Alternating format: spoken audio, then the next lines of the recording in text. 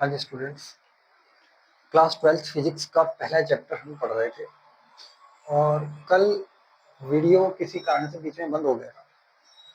तो जो पिछला टॉपिक था वो मैं करवा रहा था, बेसिक प्रॉपर्टीज ऑफ चार्जेस। उसमें दो प्रॉपर्टीज मैंने बता दी थी, additivity of charge and conservation of charge. Charges not conserve, quantization, charges quantized, वो सब मैं एक्सप्लेन कर चुका हूँ। फिर उसके आगे तीसरी प्रॉपर्टी से मैं पढ़ाना स्टार्ट करता हूँ। तो तीसरी प्रॉपर्टी है third property of charge, conservation of charge।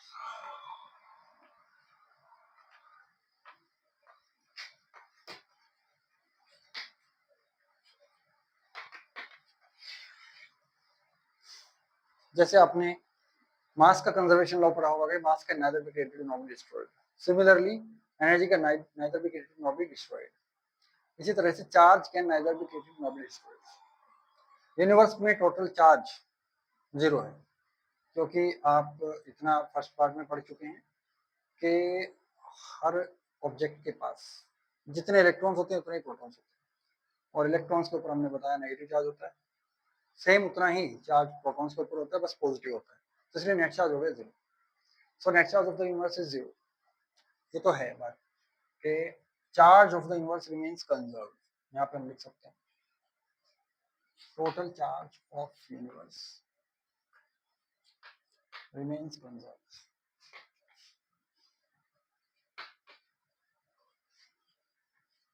That is कितना है वो, जीरो। लेकिन यहाँ पर एक चीज आप समझिए, हर प्रकार के मैटर का एक एंटी मैटर होता है। इलेक्ट्रॉन है तो एक एंटी इलेक्ट्रॉन भी है, प्रोटॉन है तो एंटी प्रोटॉन भी है, न्यूट्रॉन है तो एंटी न्यूट्रॉन भी है। ज्यादा डिटेल में इसके हम नहीं जाएंगे, बस आपको थोड़ी थोड़ी चीजें जितनी आपको जानकारी होनी चाहिए वो बता देता हूँ। इलेक्ट्रॉन सुनने में ऐसा लगता है कि मैटर, उसका एंटी मैटर है कुछ, तो भाई मैटर के पास तो मास होता है, वॉल्यूम होता है, तो एंटी मैटर के पास शायद वो होगा कि उसके पास मास वॉल्यूम ना हो, लेकिन ऐसा नहीं है। उसके पास भी मास होता है, वॉल्यूम होता है, लेकिन वो कुछ फंडामेंटल प्रॉपर्टीज में उस पार्टिकल से, अपने कॉरस्पॉन्डिंग पार्टिकल से अपोजिट होता है। जैसे इलेक्ट्रॉन है और एक एंटी इलेक्ट्रॉन है, इसको पॉजिट्रॉन भी बोल देते हैं, एंटी इलेक्ट्रॉन। तो जो पॉजिट्रॉन होता है इसका मास तो इलेक्ट्रॉन के इक्वल होगा, लेकिन चार्ज इसका अपोजिट होगा। ऐसे ही जो प्रोटॉन है, जो एंटी प्रोटॉन होगा, मास तो प्रोटॉन के इक्वल होगा, लेकिन चार्ज इसका अपोजिट होगा। अब आप में से कुछ लोग सोच सकते हैं कि न्यूट्रॉन का एंटी न्यूट्रॉन क्या होगा, उसका चार्ज जीरो है, मास अगर न्यूट्रॉन के ही इक्वल है, चार्ज अगर जीरो है, तो फिर भाई ऐसा है, वो स्पिन का कंसेप्ट है। जो स्पिन न्यूट्रॉन की होती है वो एंटी न्यूट्रॉन की उसके अपोजिट होती है, यानी कि उसका एंटी स्पिन होता है। ठीक है, तो खैर अभी आप समझिए कि एक इलेक्ट्रॉन है, एक पॉजिट्रॉन भी है, और कुछ विशेष परिस्थितियों में इलेक्ट्रॉन और पॉजिट्रॉन आपस में टकरा जाते हैं। तो टकराते हैं जब ये, तो ये क्या करते हैं, एक दूसरे को डिस्ट्रॉय कर देते हैं, बहुत तेजी से टकराते हैं और एक दूसरे को डिस्ट्रॉय कर देते हैं। तो यूनिवर्स में से बिल्कुल गायब हो जाते हैं, कहीं पे भी नहीं मिलेंगे यूनिवर्स में, ये वाला इलेक्ट्रॉन और ये वाला पॉजिट्रॉन जो आपस में टकराए। तो जैसे कहीं पे कोई पत्थर रखा है, उसको हमने बॉम्ब से उड़ा दिया, तो वो जो पत्थर है वहां से तो गायब हो जाएगा, लेकिन वो धूल के पार्टिकल्स के रूप में या छोटे छोटे पार्टिकल्स के रूप में, टुकड़ों के रूप में अर्थ पर ही इधर उधर दिखाई दे जाएगा। अर्थ पर ही वो प्रेजेंट है, या वो हवा में प्रेजेंट है थोड़ा बहुत।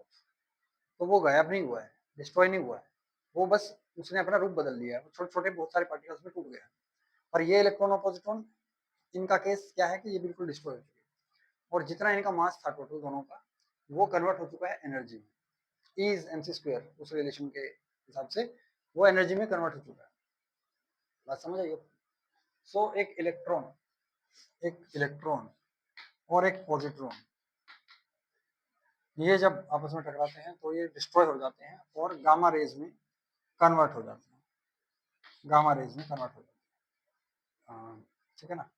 और ये एनर्जी लगभग 1.02 unit mega electron volt, electron और MeV, ये इलेक्ट्रॉन वोल्ट भी एक एनर्जी की यूनिट है, इतनी एनर्जी में ही कन्वर्ट हो जाता है। तो यहाँ पर हमने देखा कि भाई जो चार्जेस हैं वो पेयर्स में डिस्ट्रॉय हो गए हैं, और इस प्रोसेस को बोलते हैं annihilation.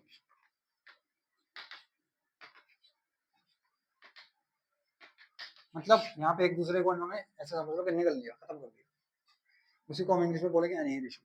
So the process annihilation क्या हुआ, the process in which an electron and a positron destroy each other and converts into energy, ये हो गई एनिहिलेशन। तो इसमें हमने देखा कि इलेक्ट्रॉन और पॉजिट्रॉन यानी कि चार्जेस जो हैं पेयर्स में डिस्ट्रॉय हो जाते हैं, ठीक है। और इसका एक ऑपोजिट भी है।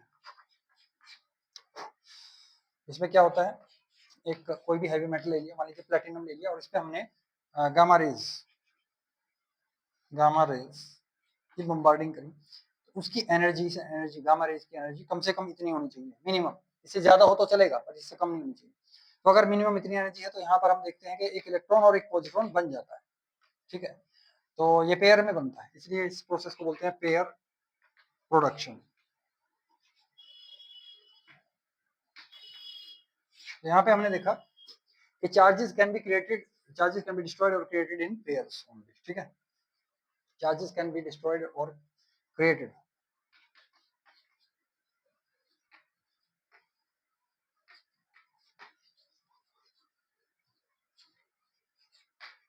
और created in pairs only। Net charge तो फिर भी जीरो ही रहेगा। और यहाँ से हमने ये भी देखा कि मास को हम जो बोलते हैं ना, मास को डिस्ट्रॉय नहीं किया जा सकता, किया जा सकता भाई, और मास को क्रिएट नहीं किया जा सकता, किया जा सकता है, ठीक है ना। तो मास को यहाँ पे डिस्ट्रॉय कर दिया, यहाँ पे क्रिएट कर दिया। और एनर्जी को बोलते हैं डिस्ट्रॉय क्रिएट नहीं किया जा सकता, यहाँ पे क्रिएट कर दिया और यहाँ पे डिस्ट्रॉय कर दिया एनर्जी को, क्योंकि एनर्जी को ही यूज करके मास बना दिया। तो जो मास और एनर्जी के लिए पढ़ते हैं वो तो इतना सही नहीं है, वो एक्चुअली बोलना चाहिए मास और एनर्जी आर इंटरकन्वर्टेबल, वो एक दूसरे में कन्वर्ट किए जा सकते हैं, ठीक है ना। तो ये तीसरी प्रॉपर्टी थी, बेसिक प्रॉपर्टी ऑफ चार्जेस। और लास्ट है charge is invariant. Charge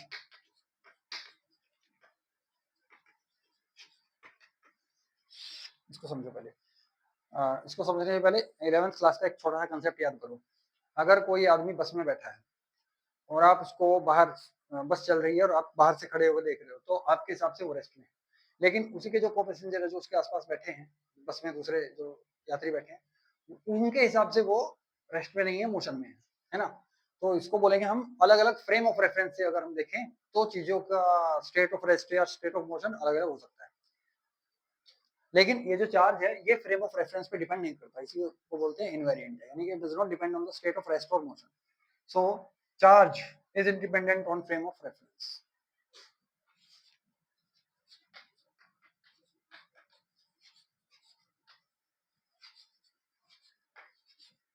on frame of reference, इसी में आप चाहे तो एक लाइन और लिख सकते हो, that is it does not depend on the state of rest और मोशन। किसी ऑब्जेक्ट पर जितना चार्ज है वो चाहे रेस्ट पे रहे या मोशन में रहे उतना ही रहेगा। ये चार प्रॉपर्टी थी, एक बार मैं फटाफट से बता देता हूँ। पहली एडिटिविटी ऑफ चार्ज, किसी ऑब्जेक्ट पर टोटल कितना चार्ज होगा, जितने उसके ऊपर चार्ज पार्टिकल मौजूद है उनका सबका अलजेब्रिक सम। दूसरी है charge is quantized, only integral number of charges can be transferred from one object to other, and total charge net is equal to N E, जितने इलेक्ट्रॉन या प्रोटॉन इधर उधर, सॉरी इलेक्ट्रॉन इधर उधर हुए हैं इनटू एलिमेंट्री चार्ज। और ये जो क्वांटाइजेशन ऑफ चार्ज से पता चलता है कि भाई चार्ज का जो नेचर है वो कंटिन्यूस नहीं है, एक पर्टिकुलर वैल्यू के बाद एक दूसरी पर्टिकुलर वैल्यू है, फिक्स वैल्यू है, इसके बाद यही वैल्यू आएगी, बीच वाले वैल्यूज पॉसिबल नहीं है। पर यहाँ पर एक बात ध्यान रखना है, जब कभी भी बड़े लेवल की बात करें, बड़े अमाउंट ऑफ चार्जेस की बात करें, मैक्रोस्कोपिक लेवल, तो वहां पर चार्ज को कंटिन्यूस माना जा सकता है। So at macroscopic level charge can be considered as continuous, okay. तो क्योंकि एक लेवल, एक कूलम, दो कूलम, 5 कूलम, इसकी अगर हम बात कर रहे हैं तो एक इलेक्ट्रॉन पर जितना चार्ज है वो तो बस समझ लो कि अगर इतना चार्ज बढ़ गया या कम हो गया तो समझ लो बस एक पॉइंट ही आ गया है, क्योंकि इतना छोटा चार्ज है वो एक कूलम के कंपैरिजन में। So at microscopic level charge can be considered as continuous. और थर्ड प्रॉपर्टी अभी बताई है, फोर्थ प्रॉपर्टी अभी आपको बता दी है। अब इसको आगे बढ़ाते हैं। अगला टॉपिक हमारा है कूलम्स लॉ इन इलेक्ट्रोस्टैटिक्स। तो जैसा कि हमने इलेक्ट्रोस्टैटिक्स को ही डिफाइन किया था, कि जो स्टैटिक चार्जेस के बीच में फोर्स के बारे में बताए, फील्ड्स के बारे में बताए, पोटेंशियल्स के बारे में बताए, वो उस ब्रांच को फिजिक्स की हम बोलते हैं इलेक्ट्रोस्टैटिक्स। तो अब हम फोर्सेस के बारे में पढ़ने जा रहे हैं। So Coulomb's law in electrostatics deals with forces between point charges, electrostatic force between 2 point charges। तो ये बोलता है, सीधा सीधा मुद्दे पे आते हैं कि electrostatic force between 2 point charges, मान लीजिए 2 पॉइंट चार्जेस हैं, ये है Q2 और ये है Q1। ओके, इन दोनों के बीच में कुछ डिस्टेंस है R। तो जो इन दोनों के बीच में ना फोर्स लगेगा, कुछ फोर्स, वो डायरेक्टली प्रोपोर्शनल होगा Q1 Q2 के। And this Fe is inversely proportional to the square of the distance between these 2 point charges. If we combine these two equations, then we get directly proportional to Q1 Q2 divided by R square। Okay, अभी proportionality का sign है, इसको equal थोड़ा बाद में करेंगे, अभी इधर समझिए। कुछ एक इंस्ट्रूमेंट होता है, जब करंट को मेजर करने के लिए एमीटर यूज करते हैं, ऐसे पोटेंशियल डिफरेंस को मेजर करने के लिए वोल्टमीटर यूज करते हैं, टेम्परेचर को मेजर करने के लिए हम थर्मामीटर यूज करते हैं।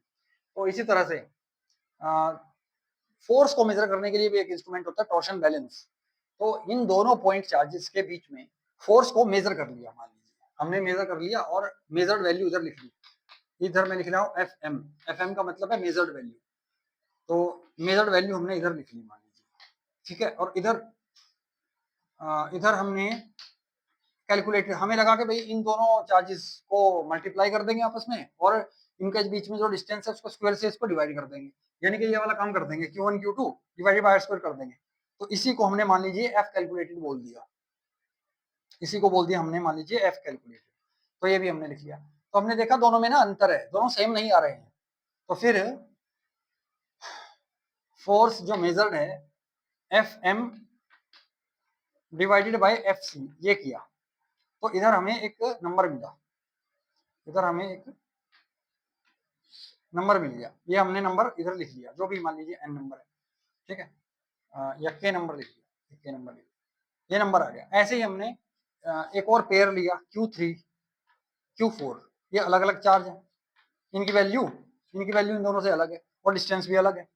तो यहाँ पे भी हमने यही किया, FM फोर्स मेजर्ड और फोर्स कैलकुलेटेड, और फिर उसके बाद क्या किया, FM डिवाइडेड बाय FC किया, तो भी हमने देखा कि सेम वही नंबर आया, ठीक है। हर बार हमने ऐसे किया, दो चार्जेस लिए, 2 पॉइंट चार्जेस लिए, उनके बीच में डिस्टेंस और फोर्स मेजर्ड और फोर्स कैलकुलेटेड का जो रेशो देखा वो हर बार सेम आया।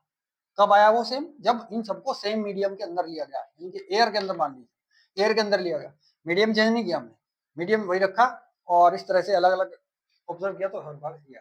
तो हम चाहते हैं कि भाई हर बार हम इस मेजर्ड यानी कि इंस्ट्रूमेंट का यूज करके फोर्स नहीं पता करना चाहते, हम कैलकुलेशन से पता करना चाहते हैं। तो हमें यहाँ से आइडिया मिला कि भाई जो फोर्स मेजर्ड है इसी के इक्वल अगर हमें ये पता करना है, तो हमें क्या करना पड़ेगा, इसी केस के साथ इस फोर्स कैलकुलेटेड को मल्टीप्लाई कर देना पड़ेगा, और यही जो k है यही बन गया कांस्टेंट, प्रोपोर्शनैलिटी कांस्टेंट, ठीक है ना।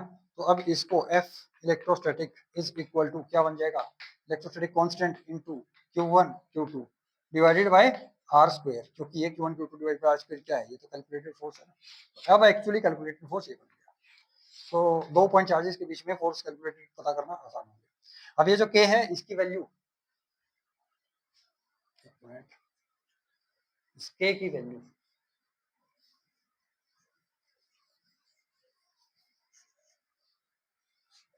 where k is the electrostatic constant and this is equal to 1 by 4 pi epsilon naught। ये किस किस पे डिपेंड करता है, एक तो ये 1 by 4 pi, 4 pi कहाँ से आया कि भाई ये सॉलिड एंगल जो होता है 4 pi रेडियन होता है।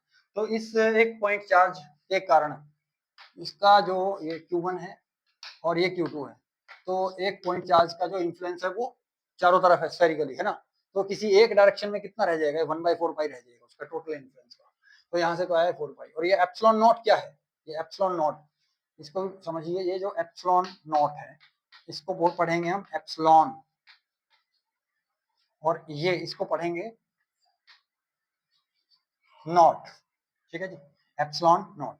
ये है permittivity of electrical permittivity of free space, epsilon not is electrical, चलो इसको बाद में लिखते हैं, एक बार इसको इसकी जो वैल्यू होती है ना, ये होती है k की वैल्यू होती है 9 into 10 raise to the power 9,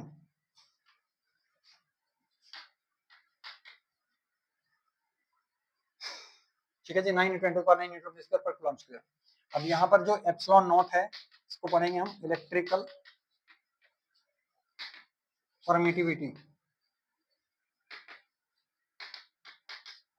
of free space, ठीक है, और इसकी वैल्यू होती है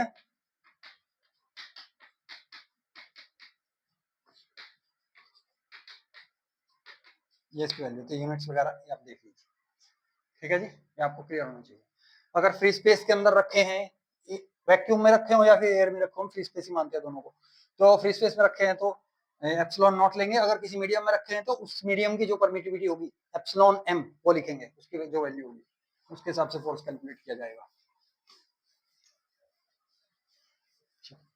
तो ये है कूलम्ब्स लॉ। लेकिन यहाँ पर ये जो एफ ई है इसके Q1 Q2 pi are square है, इससे तो केवल और केवल हमें फोर्स का मैग्नीट्यूड पता चल सकता है, फोर्स किस डायरेक्शन में लगेगा ये तो हमें पता ही नहीं चलेगा।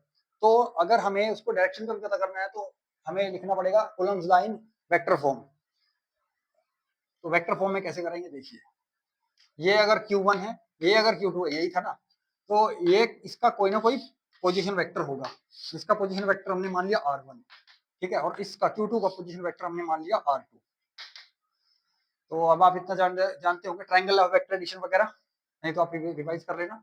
तो ये मान लीजिए वेक्टर की डायरेक्शन इधर है और अगर ये डायरेक्शन इधर है तो this vector plus this vector है, दोनों सेम डायरेक्शन में जा रहे हैं, तो this vector plus this vector will be the third side of the triangle taken in opposite direction. तो ये हो जाएगा, यानी कि जो इसको क्या बोलेंगे, पहली तो बात इसको हम बोलेंगे, यहाँ पे हम लिख देंगे 2 1, ये डायरेक्शन, ये जो डायरेक्शन है Q1 से Q2 की तरफ की जो डायरेक्शन है R21 बोलेंगे इसको, क्योंकि जो R21 होता है इसका मतलब होता है जो पहले हमने लिखते हैं नंबर वो लिखते हैं 2, यानी कि जिसकी तरफ, और बाद में जो नंबर लिखते हैं उसका मतलब होता है फ्रॉम, इससे, यानी कि इससे इसकी तरफ, 1 से 2 की तरफ, तो 2 फ्रॉम 2 की तरफ 1 से 2 की तरफ, तो R21 की डायरेक्शन होगी। यहाँ से हमें पता चलता है कि जो R1 वेक्टर है प्लस R21 है, this will be equal to R2। ये देखिए R1 vector plus R21 vector is equal to R2 vector. तो इसका ये मतलब हुआ कि R2 वेक्टर अगर हमें अकेला लिखना हो तो क्या लिखेंगे, R1 vector minus R2 vector is equal to R21 vector. तो R21 वेक्टर किसके इक्वल हो गया, R1 माइनस R2 वेक्टर, ठीक है। तो R12 क्या हो जाएगा, इधर से इधर, यानी कि R2 माइनस R1 हो जाएगा। इतनी बात क्लियर है आपको। अब इधर देखिए, तो ये जो फोर्स है, अगर मैं बताना चाहूं कि भाई Q1 के ऊपर फोर्स लग रहा है, अच्छा Q1 को भी देख लीजिए, तो ये आपको क्लियर हो गया होगा। दूसरा, अगर मैं लिखता हूं F12, तो इसका मतलब है पहले वो नंबर लिखेंगे, वो चार्ज लिखेंगे जिसके ऊपर फोर्स लग रहा है ऑन, और बाद में उसको लिखेंगे जिसके द्वारा फोर्स लग रहा है बाय, ठीक है जी, इसको भी ध्यान रखना। स्पेस तो मैं तो इसलिए मैं इसको रख कर देता हूँ, आगे करते हैं काम। अब देखिए, तो मैं अगर यहाँ पे फोर्स को बताना चाह रहा हूँ भाई Q1 के ऊपर लग रहा है, Q1 के ऊपर फोर्स को मैं क्या लिखूंगा, force on 1 by 2, on by, यही लिखूंगा बिल्कुल। अच्छा यहाँ पे मान लेते हैं ये दोनों पॉजिटिव है, एक केस हम नेगेटिव भी ले लेंगे, चिंता मत करना, ठीक है। तो ये दोनों चार्ज पॉजिटिव है,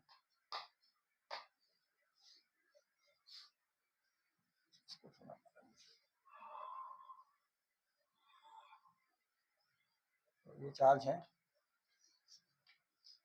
बोथ आर पॉजिटिव। तो F12 जो होगा, यानी कि 1 के ऊपर फोर्स इसके द्वारा, अब दोनों पॉजिटिव हैं और रिपल्सिव फोर्स लगाएंगे, तो इसलिए जो F12 होगा वो उसकी डायरेक्शन ये हो जाएगी, ये हो जाएगा F12 force on 1 due to 2। तो अब ये जो डायरेक्शन है ये तो R21 की डायरेक्शन है, तो इसके ऑपोजिट डायरेक्शन क्या हो जाएगी, R12, है ना, R12 हो जाएगी। तो दिस विल बी A, और यहाँ पर Q1 और यहाँ पर Q2, और डिवाइड करेंगे R स्क्वायर से, ये तो केवल मैग्नीट्यूड, लेकिन डायरेक्शन बताने के लिए यहाँ पे मैंने लिख दिया इस डायरेक्शन लगेगा, तो R12 ये लिख दिया, बात समझ है। लेकिन यहाँ पर तो इसका मैग्नीट्यूड भी मल्टीप्लाई होगा, ये तो R ही रह जाएगा, ऐसे कैंसिल हो गया मैग्नीट्यूड से, तो इसलिए यहाँ पर एक और R से मल्टीप्लाई कर दिया। तो यहाँ पर R1 को R21 लिखने की कोई जरूरत नहीं, केवल मैग्नीट्यूड की यहाँ पे जरूरत है, इसलिए हम इसको लिख सकते हैं F12 is equal to K Q1 Q2, और यहाँ पर R12 और यहाँ पर RQ। ये हो गया Coulomb's law in electrostatics in vector form. Vector form of Coulomb's law in electrostatics. Okay, इसी को अगर मैं लिखना चाहूं तो ऐसे भी लिख सकता हूं कि F12 यूनिट वेक्टर की फॉर्म में, यहाँ पर हम मैग्नीट्यूड को हटा देते हैं कि Q1 Q2 और मैग्नीट्यूड को हटा के केवल वो लेते हैं, यूनिट वेक्टर लेंगे। वेक्टर वगैरह आप रिवीजन कर लेना अगर कंफ्यूजन हो तो ये यूनिट वेक्टर हो गया। क्योंकि यहाँ पर मैग्नीट्यूड नहीं दिया इसलिए यहाँ पर केवल हम लिख देंगे r²। तो ये हो गई vector form of Coulomb's law, ये है इसकी फुल वेक्टर फॉर्म और ये है यूनिट वेक्टर फॉर्म, तो ये वेक्टर फॉर्म में आ गया। इसी तरह से अगर हम F21 लिखें तो अब आप समझ ही गए होंगे, तो यहाँ पर क्या हो जाएगा 21 हो जाएगा। ठीक है, ये तो हो गया सिमिलर चार्जेस के केस में। लेकिन अगर चार्जेस ऑपोजिट हैं तो एक बार आप, मैं हट जाता हूँ, इसको आप नोट कर लीजिए। ये वेक्टर फॉर्म है दोनों और ये सिंपल है, मैग्नीट्यूड को बताता है केवल। ठीक है, आगे बढ़ते हैं। अब एक केस लेते हैं ऑपोजिट लेके, इनमें से एक रिजल्ट को मैं लिख के रखता हूँ, इसी को, इसको नहीं रब करूंगा ताकि हम थोड़ा कंपेयर कर सकें।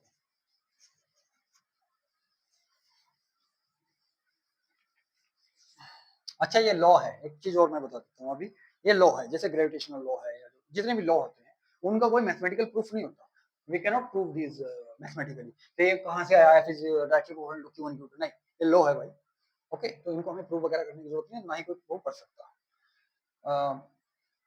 कई बार ऐसा भी होता है कि कोई लॉ है बाद में गलत सिद्ध हो जाता है, जैसे कि अभी 2026 चल रहा है, मार्च के एंड में जर्मनी की यूनिवर्सिटी, यूनिवर्सिटी ऑफ कॉन्स्टेंस ये नाम है, और फ्रिक्शन के जो लॉज हैं लगभग 300 साल पुराने थे, उसने फ्रिक्शन के लॉज को गलत सिद्ध कर दिया। सभी को गलत सिद्ध नहीं किया, एक दो लॉ हैं बिल्कुल, उनको बोला कि ये अधूरे अधूरे हैं, कम से कम गलत नहीं हो, जितनी उनमें जानकारी दी गई है।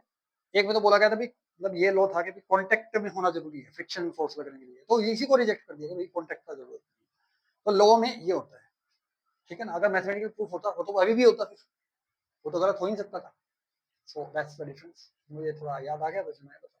अब देखिए, अगर चार्जेस ऑपोजिट हैं, यहाँ पे बना लेते हैं, ये माइनस और ये प्लस है, तो अब इसके ऊपर अगर लग रहा है फोर्स, इसके कारण ये Q1 है, ये Q2 है, इसके कारण लग रहा है, तो अब तो अट्रैक्टिव लगेगा, ये लगेगा, तो ये हो जाएगा F12, ये डायरेक्शन ये हो जाएगी, पिछले वाले में इधर है, और ये डायरेक्शन, ये R1 था, ये R2 था, तो ये डायरेक्शन तो किसकी है, R21 की। तो यहाँ पर जो आएगा अब F12, ये K Q1 Q2, और यहाँ पर क्या आएगा R21 आएगा इस केस में, और डिवाइड में क्या आ जाएगा R3। यूनिट वेक्टर भी लिखेंगे तो R21 ही रहेगा, बस यहाँ पे कैप आ जाएगा।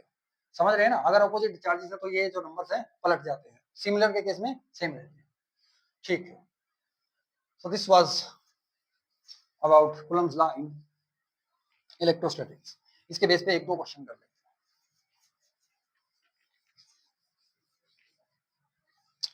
अब एक क्वेश्चन कीजिए, मान लीजिए Q1 है 2 माइक्रोकूलम, Q2 है 3 माइक्रोकूलम, और distance between these two charges है 3 centimetre. Calculate the force between them. तो फोर्स निकालेंगे, F is equal to K Q1 Q2 divided by R², solution लिख के, ठीक है ना, एज लिख देंगे, as this is according to Coulomb's law in electrostatics, K Q1 Q2 by R²। तो K की वैल्यू लिखेंगे 9 × 10 to the power 9 into Q1 है 2 माइक्रोकूलम, माइक्रो मतलब 10 to the power -6 into 3 into 10 to the power -6 divided by R²। 3 है, 3 into 10 to the power -2 metre है, इसको square करेंगे तो ये लो कर दिया भाई। ठीक है, 3 3 कैंसिल, ये 9 कैंसिल, ये -4 ऊपर 3 इंटू 2 6, 6 इंटू ये 9 है, और ये 4 ऊपर 13, और ये 12, तो यानी कि इंटू 10 60 न्यूटन आंसर। ठीक है जी, एक और क्वेश्चन। अच्छा, मेरा आपसे अब ये क्वेश्चन है, अभी हमने देखा कि भाई अगर यहाँ पे इस फोर्स में हम Q1 की वैल्यू 0 रखते तो जो सारा का सारा जो फोर्स है 0 आ जाता है।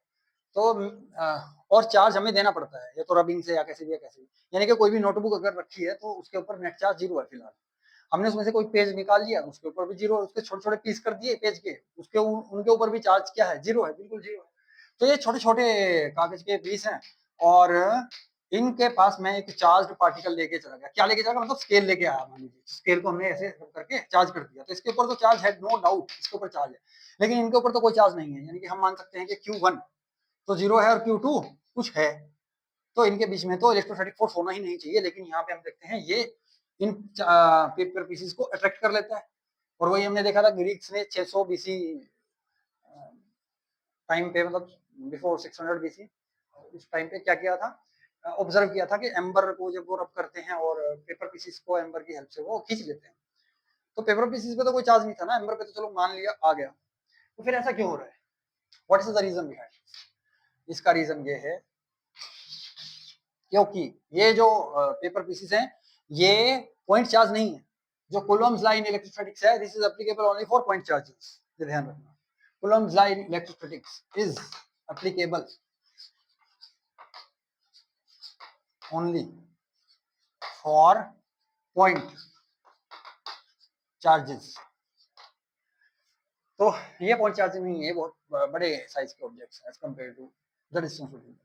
अब अगली चीज है, ये होता क्या है, एक बार मैं इसका लॉजिक समझा दूं फिर उसके बाद आगे बात करेंगे। तो ये जो पेपर है मान लीजिए, तो जब हम इसके पास कोई चार्ज ऑब्जेक्ट लेके आते हैं तो एक्चुअली यहाँ पे होता क्या, इंडक्शन हो जाता है, यानी कि रिडिस्ट्रीब्यूशन ऑफ चार्ज हो जाता है। तो ये माइनस माइनस माइनस इधर और प्लस प्लस प्लस इधर, और सेंटर ऑफ चार्ज यानी कि नेगेटिव चार्जेस का इधर आ जाता है, सेंटर ऑफ पॉजिटिव चार्जेस इधर चला जाता है। तो इस वजह से इन दोनों के बीच में जो फोर्स लगेगा, डिस्टेंस क्योंकि कम है तो ये ज्यादा लगेगा। इधर इनके बीच में जो रिपल्सिव फोर्स लगेगा, तो डिस्टेंस क्योंकि ज्यादा है तो फोर्स कम हो जाएगा। तो इसलिए नेट फोर्स अट्रैक्टिव होता है, इसलिए इसकी तरफ आ जाते हैं। इसी वजह से ये भी पूछा जाता है कई बार, what is the actual test for the charge present on an object. किसी ऑब्जेक्ट पर कोई चार्ज है तो उसके लिए क्या टेस्ट है? अगर हम उसके पास कोई चार्ज ऑब्जेक्ट लेके जाएं, वो अट्रैक्ट कर रहा है उसको, क्या उससे पता चलता है कि दूसरे के ऑब्जेक्ट के ऊपर भी चार्ज है? नहीं, वो है रिपल्शन। अगर वो रिपेल कर रहा है दूसरे ऑब्जेक्ट को तो डेफिनेटली उसके ऊपर भी चार्ज है, सेम टाइप का चार्ज है। लेकिन अट्रैक्ट कर रहा है अगर, तो हो सकता है उसके पास चार्ज हो और हो सकता है वो न्यूट्रल भी हो, क्योंकि न्यूट्रल भी होगा तभी भी वो खींच लेगा। समझ गए ना? ठीक है।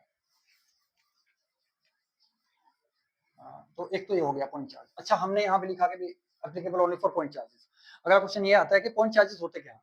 तो देखिए, जब कभी भी दो चार्जेस के बीच में जो डिस्टेंस होता है वो बहुत ज्यादा होता है as compare to their size, तब हम इन दोनों चार्जेस को पॉइंट चार्ज मान सकते हैं। ओके, तब उनको पॉइंट चार्ज कंसिडर किया जाता है। एग्जांपल के लिए इसी केस में अगर देखें, तो अगर ये है, यहाँ पर रख दिया पेपर पीस को और यहाँ पर रख दिया स्केल को, मान लो ये बहुत बहुत ज्यादा डिस्टेंस है, मान लीजिए 100 मीटर है, 200 मीटर है, 500 मीटर है, तो इनके साइज के कंपैरिजन में तो 500 मीटर का डिस्टेंस बहुत ही ज्यादा है। तो उस केस में हम इन दोनों ऑब्जेक्ट्स को पॉइंट चार्ज मान लेंगे। सो when the distance between two charges is very large as compared to their size, then these charges can be considered as point charges। ये क्लियर होना चाहिए आपको। इसका ये मतलब हुआ कि एक तरफ अर्थ है, दूसरी तरफ मार्स है। मान लो अर्थ के ऊपर हमने कुछ नेट चार्ज दे दिया, मार्स के ऊपर दे दिया, और अर्थ और मार्स के बीच में डिस्टेंस बहुत ही ज्यादा हो गया, मान लीजिए 1000 लाइट ईयर हो गया, 2000 लाइट ईयर हो गया, तो उसके कंपैरिजन में अब अर्थ का जो डायमीटर लगभग 12000 किलोमीटर है और 1000 लाइट ईयर, ये तो बहुत ही ज्यादा डिस्टेंस है। तो वैसे तो अर्थ इतनी बड़ी है, लेकिन फिर भी अर्थ को हम उस केस में पॉइंट चार्ज मान सकते हैं। ये क्लियर होना चाहिए। सो इसके बाद एक क्वेश्चन कर लीजिए, कुछ क्वेश्चन कर लेते हैं कूलम्ब्स लॉ में। नहीं नहीं, अभी क्वेश्चन बाद में, एक और करते हैं, और करते हैं इसको। ये हमने जो अभी पढ़ा पॉइंट चार्ज Q1 Q2, ये हमने पढ़ा एयर में, लेकिन अगर इनको किसी दूसरे मीडियम में रख दिया तब, तो जो अगर किसी दूसरे मीडियम में रख दिया तो उस केस में इनके बीच में जो फोर्स है वो बदल जाएगा। ठीक है ना? ये कोई भी मीडियम है, मान लीजिए पानी है, अभी क्या है, जो भी, तब जो फोर्स होगा वो उसको हम बोलेंगे force in medium, and that will be given by K Q1 Q2 divided by R square. और यहाँ पर एक्चुअली K की वैल्यू रखेंगे तो क्या हो जाएगा, वो 4 पाई एप्सिलॉन m रखेंगे मीडियम। ओके। अच्छा, एक चीज होती है रिलेटिव परमिटिविटी, यानी कि क्या मीडियम की परमिटिविटी, एक होती है रिलेटिव परमिटिविटी। वीडियो देख लेते हैं, चल भी रही है। Yes, it's going on. ठीक है, अभी करते हैं जल्दी। रिलेटिव परमिटिविटी इसको एप्सिलॉन r से दिखाते हैं। This is defined by force in air by force in medium. तो जब आप इसको कैलकुलेट करोगे, कर लेना, फोर्स इन मीडियम रखेंगे तो यहाँ पे क्या होगा, 1/4 पाई एप्सिलॉन नॉट, और यहाँ पर Q1 Q2 divided by R square, divide करेंगे 1/4 पाई एप्सिलॉन नॉट एप्सिलॉन m, और Q1 Q2 divided by R square. तो ये सब तो कैंसिल हो जाएगा भाई, 4 पाई कैंसिल हो जाएगा, तो क्या आ जाएगा, ये ऊपर आ जाएगा। तो ये कितना आया, epsilon r is equal to epsilon medium divided by epsilon naught. हाँ, और इसी रिलेटिव परमिटिविटी को डाइलेक्ट्रिक कांस्टेंट भी बोल देते हैं उस मीडियम का, dielectric constant, this is called dielectric constant. तो ये ध्यान रखना, कल मैंने आपको कल वाली वीडियो में जो अनफॉर्चुनेटली बीच में बंद हो गई थी, वरना एक ही पार्ट बन जाता है, तो उसमें डाइलेक्ट्रिक स्ट्रेंथ बताई थी, ठीक है। तो डाइलेक्ट्रिक स्ट्रेंथ अलग है, डाइलेक्ट्रिक कांस्टेंट अलग है। Dielectric constant is unitless as well as dimensionless, whereas dielectric strength की वैल्यू होती है, वो मैक्सिमम इलेक्ट्रिक फील्ड होती है, वो एक्चुअली इलेक्ट्रिक फील्ड ही होती है। तो ठीक है, ये हो गया डाइलेक्ट्रिक कांस्टेंट। अच्छा, यहां से हमें क्या पता चलता है कि जो एप्सिलॉन एम है इसको हम क्या लिख सकते हैं, या एप्सिलॉन नॉट क्या है, epsilon naught epsilon M divided by K, ठीक है ना। इधर लिखते हैं K is equal to epsilon M divided by epsilon naught, और इसको एप्सिलॉन एम को हम क्या लिख सकते हैं, के इंटू एप्सिलॉन नॉट, ये भी लिख सकते हैं, ध्यान रखना। तो कई बार क्वेश्चन ये दे दिया जाता है, चलो ये अगर आपको समझ आया तो इसके बेस पे क्वेश्चन करो। Force between two charge particles is 80 Newton. दो चार्ज पार्टिकल्स हैं, पॉइंट चार्जेस हैं Q1 और Q2, इन दोनों के बीच में ना कुछ भी डिस्टेंस है, डिस्टेंस कितना भी रहे, सीधा फोर्स दे दिया आपको, फोर्स जो है फोर्स इन एयर दे दिया, या फोर्स F नॉट दे दिया, this is equal to 80 newton. तो अगर इन दोनों चार्जेस को सेम डिस्टेंस इनके बीच में रखें, हम डिस्टेंस सेम रखें, लेकिन इनको ना एक ऐसे मीडियम में रख दे जिसका के डायरेक्टली कांस्टेंट 10 है, so calculate the force between these two point charges if these are kept in a medium of dielectric constant 10, ठीक है, and distance between the point charges kept same, distance same रखा, तो नया force निकालना है आपको, यानी कि फोर्स इन मीडियम निकालना है। आप चाहे तो ट्राई कर सकते हैं पोस्ट करके, और हम इसको आगे रखते हैं। तो फोर्स इन मीडियम होता है, जैसे कि इसका फॉर्मूला है Q1 Q2 divided by 4 pi epsilon m, है ना, और यहाँ पर r स्क्वायर है। तो एप्सिलॉन m की जगह, क्योंकि एप्सिलॉन m तो हमें पता ही नहीं है कितना है, लेकिन हमें इतना पता है एप्सिलॉन m की जगह k एप्सिलॉन नॉट रख सकते हैं। तो F m will be equal to Q1 Q2 divided by 4 pi, और यहाँ पर एप्सिलॉन नॉट रख दिया, k को पहले लिख दिया, ये समझ लो। यहाँ पे भी लिख सकते हैं, बात एक ही है वो, और आपको कुछ समझाने के लिए। तो ये जो है ना Q1 Q2 by 4 pi epsilon naught r square, इसका हमें क्या पता है, ये तो भाई f नॉट है और डिवाइडेड बाय k करना है, यानी कि जितना इनके बीच में एयर में फोर्स था उसको डायरेक्ट कांस्टेंट से डिवाइड कर दो। तो 80 था, 80 डिवाइडेड बाय 10 कर दिया, 80 डिवाइडेड बाय 10 कर दिया, तो कितना आएगा 8 न्यूटन, ये आंसर है, ठीक है, ओके। और अगर ये 8 होता तब 8 बाय 10 यानी कि 0.8 न्यूटन आ जाता। ये था डायलेक्ट्रिक कांस्टेंट वगैरह सब कुछ, रिलेटिव परमिटिविटी। अब कुछ क्वेश्चन कर लेते हैं।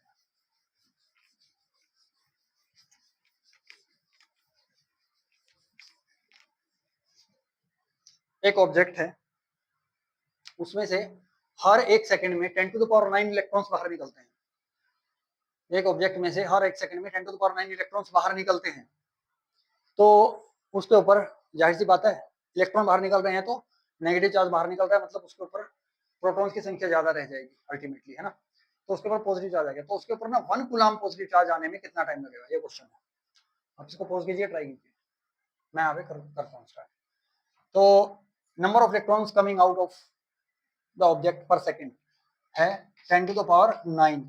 इसको अगर आप देखें तो 1 अरब आता है, 1 अरब की संख्या है, 1 अरब इलेक्ट्रॉन एक सेकंड में बाहर आ रही है। बाकी है कि एक इलेक्ट्रॉन में चार्ज कितना बाहर आ रहा है, सो चार्ज कमिंग आउट पर सेकेंड, चार्ज कमिंग आउट पर सेकेंड, भाई चार्ज कितना आ रहा है Q, यानी कि जितने नंबर ऑफ इलेक्ट्रॉन्स बाहर आ रहे हैं Ne, ये तो 9 N इंटू E, एक इलेक्ट्रॉन पे जितना चार्ज है 6 into 10 to the power minus 19 coulomb, इतना चार्ज बाहर आ रहा है, ये माइनस है। तो इसको मल्टीप्लाई किया तो कितना है 1.6 into 10 to the power 10 coulomb, इतना चार्ज बाहर आ रहा है, नेगेटिव चार्ज इतना चार्ज बाहर आ रहा है हर एक सेकंड में। तो हमें पता करना है कि एक कूलम चार्ज होने में कितना टाइम लगेगा। तो चार्ज कितना है 1 कूलम, एक सेकंड में तो इतना बाहर आ रहा है। इसको अगर हम कैलकुलेट करें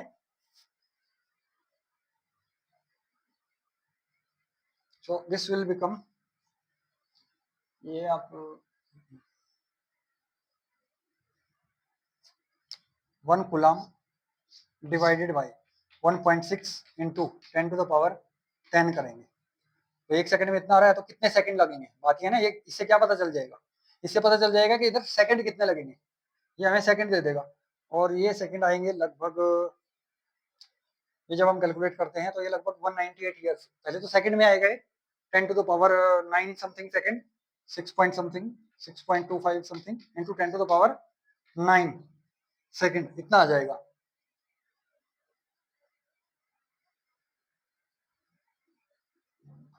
एक मिनट, इसको मल्टीप्लाई कर 10 से, इसको भी 10 से करेंगे, 10 बाई 6.25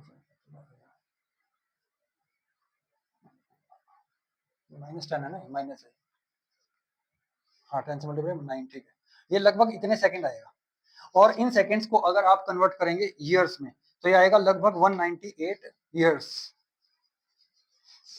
मतलब ह्यूज। आप सोचिए एक सेकंड में किसी ऑब्जेक्ट से 1 अरब इलेक्ट्रॉन निकल रहे हैं, हर सेकंड में 1 अरब इलेक्ट्रॉन निकल रहा है और उसके बावजूद भी 1 कूलम चार्ज आने में कितना टाइम लग रहा है, 198 ईयर्स। तो यहां से आप अंदाजा लगाइए कि 1 कूलम चार्ज कितना ज्यादा है, यही मैंने आपको बताया था पिछले वीडियो में। तो 1 कूलम चार्ज बहुत बड़ा होता है ना। और अगर आपको ये लग रहा हो, आप में से कुछ लोग सोच सकते हैं कि अगर किसी ऑब्जेक्ट से 1 सेकंड में मतलब 1 अरब इलेक्ट्रॉन बाहर निकाल रहे हैं, क्या वो लगातार 200 साल तक इलेक्ट्रॉन बाहर निकाल सकते, छोड़ सकते हैं? डेफिनेटली छोड़ सकते हैं।